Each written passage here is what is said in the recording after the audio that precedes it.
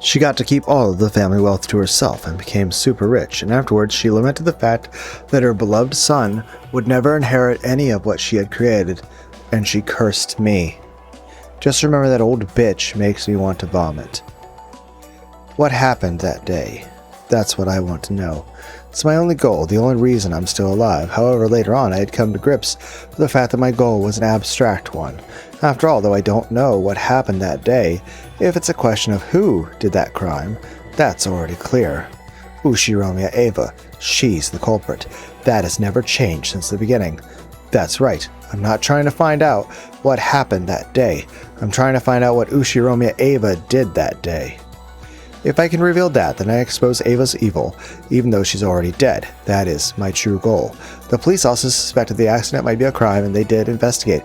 However, no matter how much they inspected the crater that had once been Rokkenjima, they didn't find anything at all.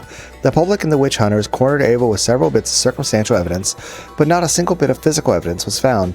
Though Ava was only the merest fraction of a shade away from guilty, they were unable to expose her crime.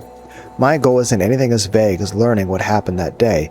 It's to expose the crime Ushiromiya Eva committed that day, and to have my revenge. I haven't been able to expose Ushiromiya Eva's crime, so people are acting as though the events of the island were all done by some bizarre golden witch. Defeating the golden witch means exposing Ushiromiya Eva's sin. I won't forgive Ushiromiya Eva. I'll certainly hate her and take revenge for my family. That is Ushiromiya Angie's one and only reason for living. Ha ha ha ha. If she knew you hated her that much, the president would probably be rolling around laughing in the next world. Shut up. I'll expose that old bitch's crime. I won't accept that it was a perfect crime, and with all traces blown away, I'll never do that. In other words, this journey of yours is a journey to take revenge for your family. Got a problem with that? You must be joking. It's great to know that you have a purpose in life. Could you turn that off? Oh, you don't like Imazaki? Amakusa turned the radio off. The dull sound of the engine became the BGM that filled the car. Is it really so strange, fighting for revenge? Not really. On that front, I met people who lived for that reason over and over.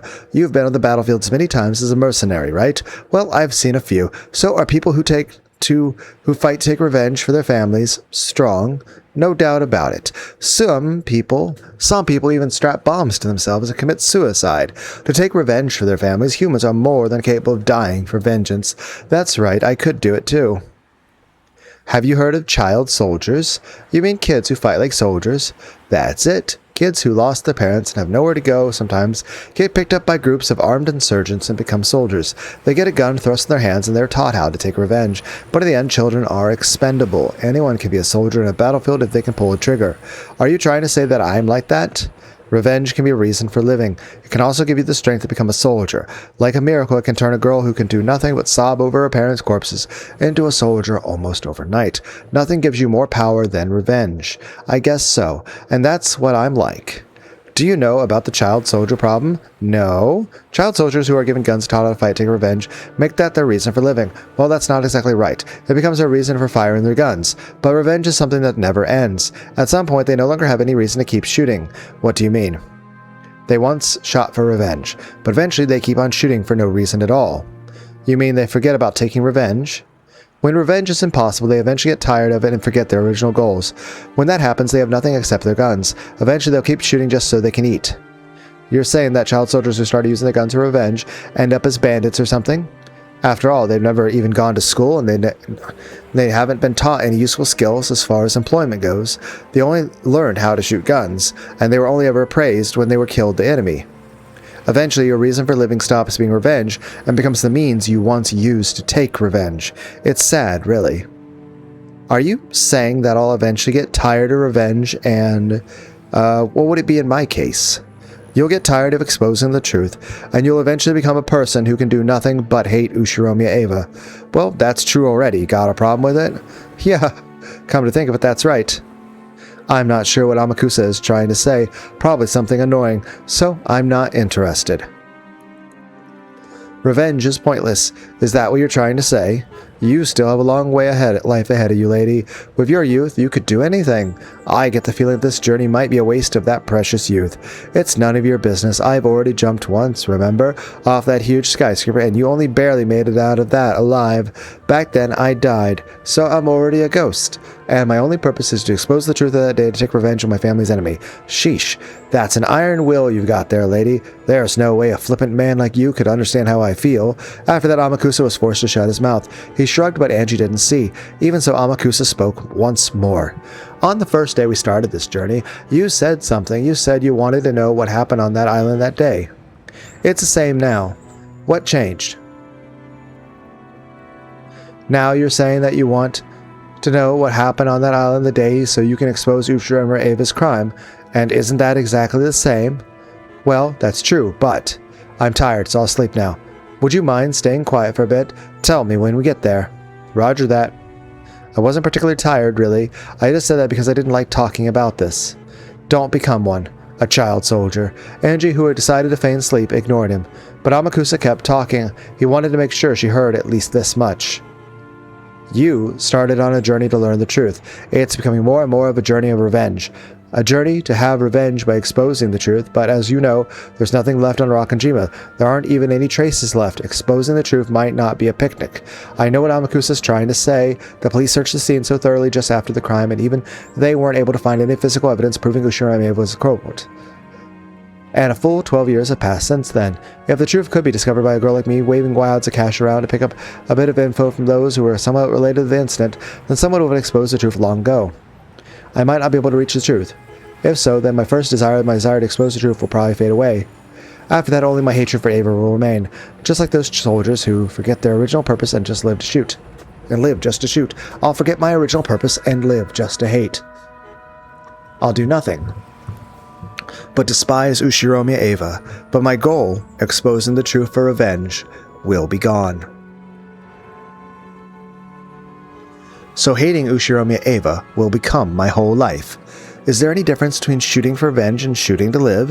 When you pull the trigger, someone dies either way. And what about my case? Is there any difference between hating Ava as I expose the truth and hating Ava after I've given up? There's no difference. In the end, whether I find the truth or not, I'll just keep on cursing Ava over and over until I die. What a crappy life. But now that's all I have left. Ushirome Ava stole my family. So, I'll take revenge by exposing her crimes and showing the world. My consciousness was slowly drifting away into sleep. Why is Oni-chan showing me such a bizarre Rakanjima? Is this supposed to be the truth? Enough with this farce. Why is even Oni-chan trying to hide the truth from me? I'm trying to find it so that I can avenge him and the others. Or would Oni-chan say the same thing as Amakusa, that revenge is meaningless, so I should stop? Is that why? He's speaking in riddles, trying to make everything more confusing? That's none of his business. I'm not just trying to take revenge for their sakes. I'm doing it for my own sake too. After all, that's the only reason I'm still alive. Taking revenge is my reason to live. I don't have a clue what Oni-chan is thinking.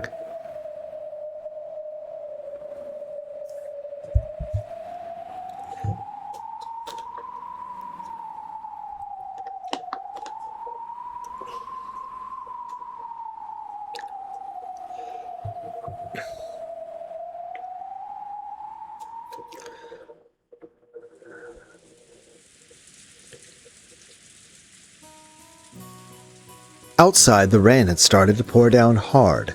However, inside the cousin room was loud and cheery. It could have been raining spears and no one would have paid any attention. Full house. Take that. Whoa, you weren't bluffing. The cousins were all bursting with energy, sitting in a circle on the bed. And I thought Battler always had crap in his hands every time he acted tough. Of course, I've been losing all this time just to make you think that. Ushirome Battler, the man who loses strategically to win at the end. Ha ha ha. Ah, Battler's incredible. All my coins have disappeared again. I'll give you some of mine. Let's crush Battler together, okay? With just a deck of cards, the cousins could enjoy themselves for hours and hours. They were so engrossed that the occasional thunderbolt hardly even registered as static in the background. I'm starting to get hungry. I wonder if dinner's ready yet. Who knows?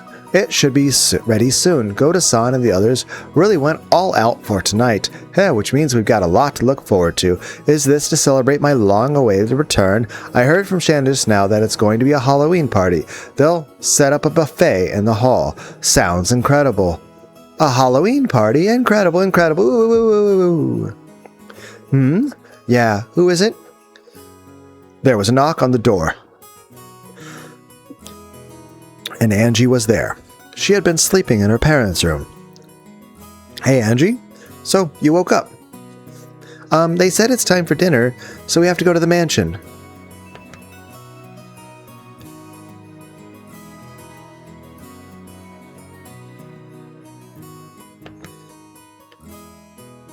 They said, get ready. Ooh, food! I'm hungry!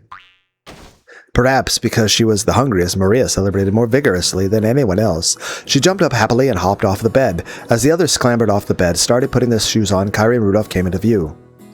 Hey, brats! Time for food, so get ready. It looks like today will be extra special. I can't wait to see it. Ooh, I know. It's a Halloween party. A Halloween party? Hee.